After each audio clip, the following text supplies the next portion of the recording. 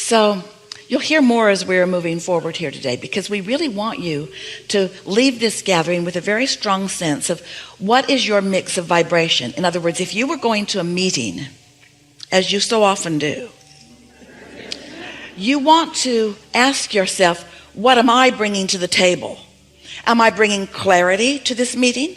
Am I bringing confusion to this meeting? Am I bringing struggle to the meeting? Am I bringing a tired and bedraggled body to the meeting? Who's coming to this meeting? What am I bringing to the meeting? What's my mix of vibration? Am I focused upon the solution, so I'm tuned into the solution, so I'm receiving ideas? Am I bringing this unfolding improvement to the meeting? Or am I still so fixated on the problem that I'm bringing the struggle to the meeting? What is it? What is the purpose of this meeting? Is this the meeting where we determine what the risks are, where we determine what the problems are? Then this is a step one meeting. But a step one meeting can't be the only meeting I ever have. If you're always in a step one meeting, now let's redefine the problem. Let's think about the problem more. What do you think about the problem? What do you think about the problem? We all know that there's a problem. Oh, it's a big problem. What's been your experience with the problem? Then you're just step one, step one, step one, step one, step one, step one, step one, and you're launching all these rockets of desire. Oh, the vortex and the new improvement, the new government improvement, the new worldwide improvement. Oh, the improvement is pulsing, it's raging, it's huge, it's ripe, it's ready for somebody to receive it. Nobody at that meeting's going to get any of it, because we're step one risk meeting. We're the risk meeting. We're the pointing out the problem meeting. We're the pointing out the problem meeting. We're the stirring up the problem meeting. We're the being the problem meeting. We're the hateful, mean, hate the problem meeting. We're the let us lay ourselves down and die meeting. We are the important meeting. See the sign on our door? We are the important meeting. And we want to ask, what are you bringing to the meeting? You might want to bring some step 3 to the meeting, because you've already had that meeting and source has already received what you want, and the improvement has already been identified, and all of the steps along the way, all of the path of least resistance has been lined up along the way. And somebody, anybody, can get into the receiving mode and start receiving the impulses and the thoughts and the ideas for the improvement, you see. But we think sometimes, not just in government risk management, but really there, in almost everybody's experience, you're fixated on step 1, when you meant step 1 to be maybe 5 or 10% of your life experience. And you knew that 100% of your inner being's experience would be focused upon the solution, upon the improvement, upon the expansion, upon the evolution of something. And you really intended to spend 90 to 95% of your life experience focused in ways where you felt enough satisfaction about something that you were in the receptive mode about everything, so that problem solution, problem solution, problem solution, meaning expansion, expansion, new idea of what could be better, bam, there it is. You can be like that. You can be like that. Life can show you what you don't want, and you can find satisfaction in what is already there for you, and everything can improve. Everything can improve, no exceptions. But you can't stay focused upon the problem without becoming a human who is so aware of what you do not want that you are oblivious to anything good that could be coming to you. The ideas are flowing, the improvements are flowing, the solutions are flowing. They're all in the vortex. Many others could receive them. You've just got to decide what you're bringing to the meeting. And every moment is a manifestation, which means every moment is a meeting. What's my mix of vibration here? Which end of the stick, problem or solution, am I leaning toward? And once you begin to notice that on subjects that are not so important to you, and therefore you haven't thought so much about, that it's very easy for you to find satisfaction, and then universal forces bring solutions and you are in the receptive mode, so you receive the idea of the solution and you get to witness your hands in the clay in the creation of the improvement. Then that's when you begin living happily ever after. That's when life starts to feel really, really good to you. You see, I got it. I'm going to live my life like I'm going to a meeting at the Pentagon. Say that again.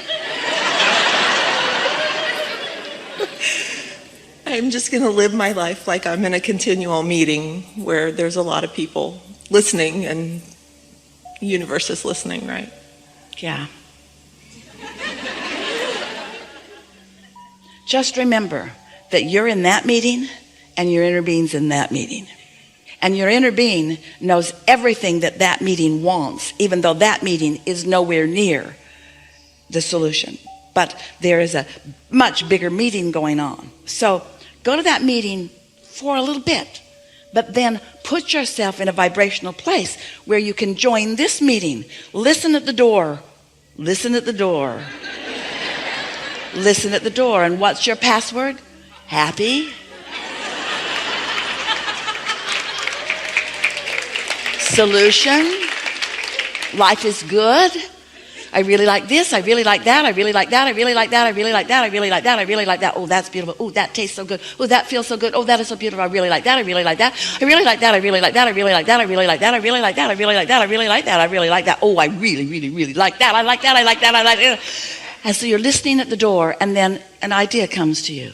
Oh, an idea that feels so good. An idea that's right on track because it came from that meeting that has been collecting all of the desires from all of the meetings, you see. Not having to convince anybody over there. In other words, let them do whatever it is that they are doing. You listen at the door of this vortex. Get yourself in the receptive mode until you hear, and then follow the impulse that you hear and show through the clarity of the expansion of your desire what you mean. Don't try to use your words to convince those in that meeting. They're not going to hear them. They're in that meeting. They're in that meeting. What's the password? Misery, debt, disgusting things. We're exaggerating this. Not at all. We're not exaggerating this at all. Not at all. Really good. Thank you. Yeah.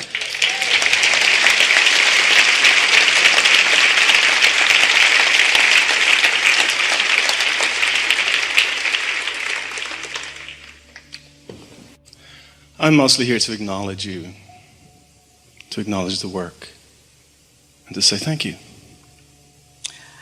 Well, we're appreciating your appreciation, but appreciation is the work, and so it's your doing. Thank you. Yeah. You got to get in the vicinity to hear us. Well, I'm here partly, I think a lot of what happened this morning, a lot of the questions were already answered. And the room I'm in right now is the room you were talking about, not the first room. So I'm bringing something here today to share with all of you. And whoever may hear this, that I am part of a journey that many of us are on. And the messages that you have brought into this world have been exceedingly beneficial to me as a human being. Yeah. If your life isn't causing you to define things that you want to know, you are the summoner of it. In other words, sometimes people say, I've been following you for a time, and we say, we're following you. It's a cycle of us, isn't it? So we're source, and then it's you, and then you're asking, and then we come, and then you let it in, and on the happiness goes eternally, yeah? Yes. Yeah. And that's a part of where I'm at, and it's something that I believe I have a generosity and an ability to share at this particular juncture. These messages work. They do, even in the darkest hours. I have your application on my phone, and often I would pick up my phone and it would be playing. And I realized that later... As Luna. Someone. I realized later that you were calling. Yeah. You were calling. It was a phone call in a different way. And at times I have dealt with the issues of despair, as most of us have, as I have worked to address my conditioned thought processes, to recognize the sliding down the pole, to slipping back into thought processes of, I can't have this, I can't do this. And then as I maintained the dedication to trust, to learning to trust, this trust was a big deal for me. Trusting that this works. It does. I'm beginning to see the manifestations around me. It's one of the reasons that we are talking so much these days about just finding something to be satisfied about. Because as you make a conscious determination to focus yourself into satisfaction about something, and then you get to witness the response to that shift in your vibration, then it's not trusting in something not experienced by you, which is kind of what faith is. It's knowing about something that you are about. And so you just keep showing yourself that these laws are real, and that your application of them can be deliberate, and that you can chart and mark and notice measurable results. And so then that trust, first it's hoping, and then it's believing a bit, trusting, and then pretty soon you just know it, you just are it. And then you never worry about being in a moment when you're back in step one and asking for something, because you know there's just a matter of time, not time alignment, time, not time alignment, before more evidence comes to help you to trust no more. Yes. And a lot of what you discussed this morning, the timing issues, I've noticed that there is a timing, and being prepared for that timing is very important. The timing is all about your readiness, period. As you rendezvous as humans, you think, well, timing would be this one's moving this way and this one's moving this way, and the timing is we will rendezvous. But with your inner being and with the things that are in your vortex, always cued right there. That part of the timing's already done, just waiting for you to chill out. Just waiting for you to stop doing that thing you do that makes you oblivious to the indicator that's leading you right to it. Do you ever sit in your vehicle? We know you don't, so this is a silly question, but we want you to answer it anyway. Do you ever sit in your vehicle? That's where Esther listens to most music. And we never see her adjust her radio dial and then sit back and think, this is going to take a while. Because she knows once she gets it on the station, it's going to be right there. Because the station is already broadcasting. And once she sets her tuner, timing. If it takes her an hour to adjust her station, you say, oh, timing. We say, turn the dial. No, I believe in the timing of the universe. Just turn the dial. The station says it's already queued up there for you. No, I'm waiting for the right time. The time is now. The time is right now. The time to feel satisfied is right now. And the more right nows you decide to feel satisfied, then, all those things that are queued up for you, you experience.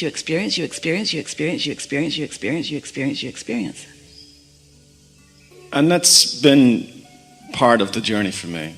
But I wanted to share with all of you and everybody else who's on this journey is don't give up. Don't ever give up. Oh, they can't. Don't worry about it. Don't ever give up. They can't.